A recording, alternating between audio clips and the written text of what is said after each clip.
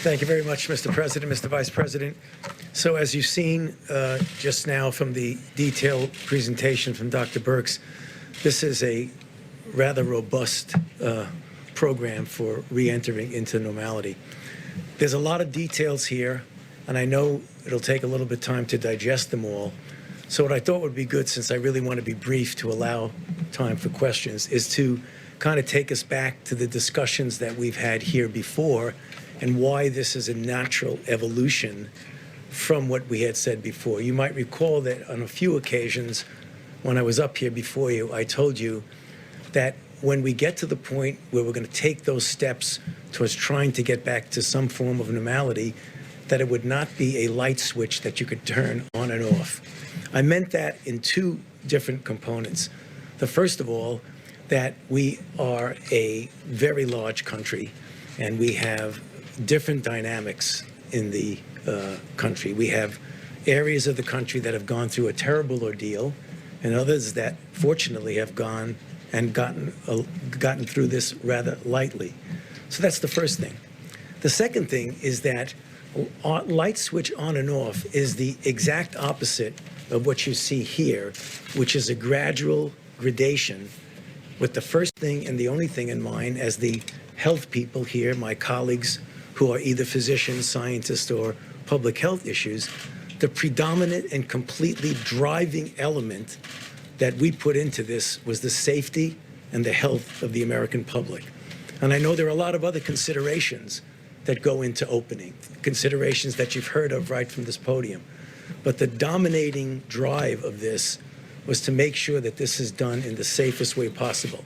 So let me just make a couple of comments to just reiterate more from a broader standpoint the things that Dr. Birx did so well in a very granular detail. First of all, in order to even consider getting into the phasing, you have to pass a hurdle.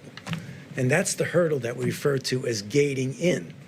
Now, when you think about it and look at the map of the country and look at the differences in different parts of the country, you will see that there are some regions, states, locations that are going to be almost already into some of that gating and will have already fulfilled some of those criteria.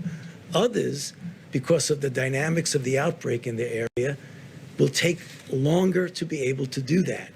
But you don't get to phase one until you get through the gating. And then in order to make sure that safety and health is the dominant issue, the design of the phases were just that. You go into phase one, if you get no rebound and you satisfy the gating for yet again a second time, then you go to phase two. If you have no rebound and you satisfy the gating criteria for a third time, you go into phase three. So there are multiple checkpoints of safety there.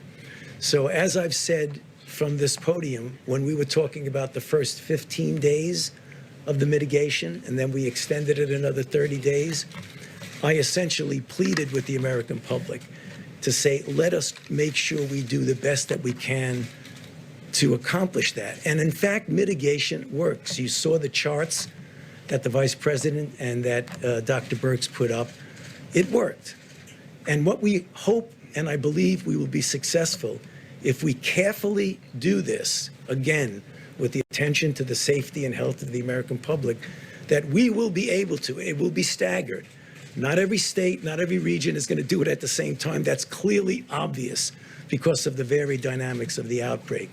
But we feel confident that sooner or later, we will get to the point, hopefully sooner, with safety as the most important thing, to a point where we can get back to some form of normality. The one thing I liked about it that Dr. Birx said so well is that no matter what phase you're in, there are certain fundamental things that we've done that are not like it was in September and October. You want to call it the new normal, you can call it whatever you want. But even if you are in phase 1, 2, 3, it's not okay, game over. It's not. It's going to be a way that we protect ourselves because, as we know, and as I've said from this podium, it may very well be, as we go the cycle around, that there'll be this virus that wants to come back to us. I think we're going to be able to handle that. Thank you. Thank you. Mr. President. Go ahead, Dr. Fauci. Dr. Fauci, so I assume that there's also a phase 4, which is after a vaccine is developed and available to everybody.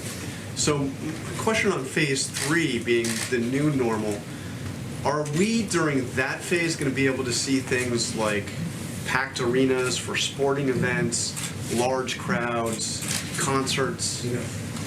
The answer is it is conceivable that we will be able to do that.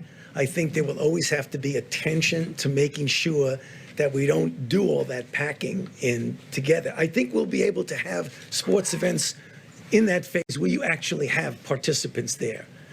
I'm not sure you're going to be able to do that uniformly and evenly temporally with everyone, but when people get to that phase, paying attention to the fact that if there is a rebound of any sort, that when you're in that phase, you can respond to that, or you put it back and go in the other way. So the flexibility is that there may be some setbacks. I mean, let's face it, this is uncharted water. There may be some setbacks that we may have to pull back a little and then go forward. But John, the direct answer to your question, I do see us getting more towards normal. Mr. President? Mr. President, if you take a look at... Sorry, a lot of public health experts have said that this would be better done if there were comprehensive surveillance testing, which we're obviously not in position to do. I wonder if maybe Dr. Burks and Dr. Fauci could tell us whether they feel comfortable. Dr. Fauci and I will do it together. I just wanted to, it's why I wanted to put up the syndromic and the influenza-like illness piece, because what is key in this is the early alerts and getting in there before they even know they have a problem. And I think CDC has been remarkable in building these platforms. Dr. Redfield integrated them, so they're all on the same website. If you look at COVID-19, you go into cases, you can find all of the data. And the beauty of it is the states are used to utilizing that through flu season. So the testing and contact tracing, and Dr. Redfield will be putting people in every single state to make sure that CDC is standing beside the state and local health officials to make sure that all of those cases are immediately identified and contact traced. I think what's new and what's really critical is this constant sentinel surveillance for asymptomatic individuals in communities that we know are particularly vulnerable. And that hasn't been done in flu before. And I think that's going to be the added dividend that's really focused on who is most vulnerable and how do we get the fastest alert by generally screening people without symptoms. So people who are just coming to the clinic will be screened for COVID-19. And we do have enough testing capacity to do both that surveillance piece as well as the diagnostic piece and contact tracing. Just a follow-up. John, do you want to say something? No, actually, people have gotten confused about that because in the beginning when we were focusing really on just mitigation and really trying to keep peaks down and trying to worry about ventilators and PPEs and things like that, when you get a little bit more grace period, you can start figuring out what is the penetrance of this virus in society. What are we missing in people who might be infected? What is the percentage of those people that are out there? That's going to inform us greatly for a number of things, including the level, once we prove that antibody test that you have is really protective, and we still don't know that yet. We're going to find that out. We may get a good feel of what the level of protection might be in society, but we don't know that yet. So it's going to give us information as to what the vulnerable areas are and how we need to respond. Remember, there's two types of things: antibody tests and tests for the diagnosis of who has the disease. One you need for contact tracing, the other you want to need for finding out what's in society. We're going to have both of those much, much better as we go in the next weeks and months. And by the time we get into the fall, I think we're going to be in pretty good shape.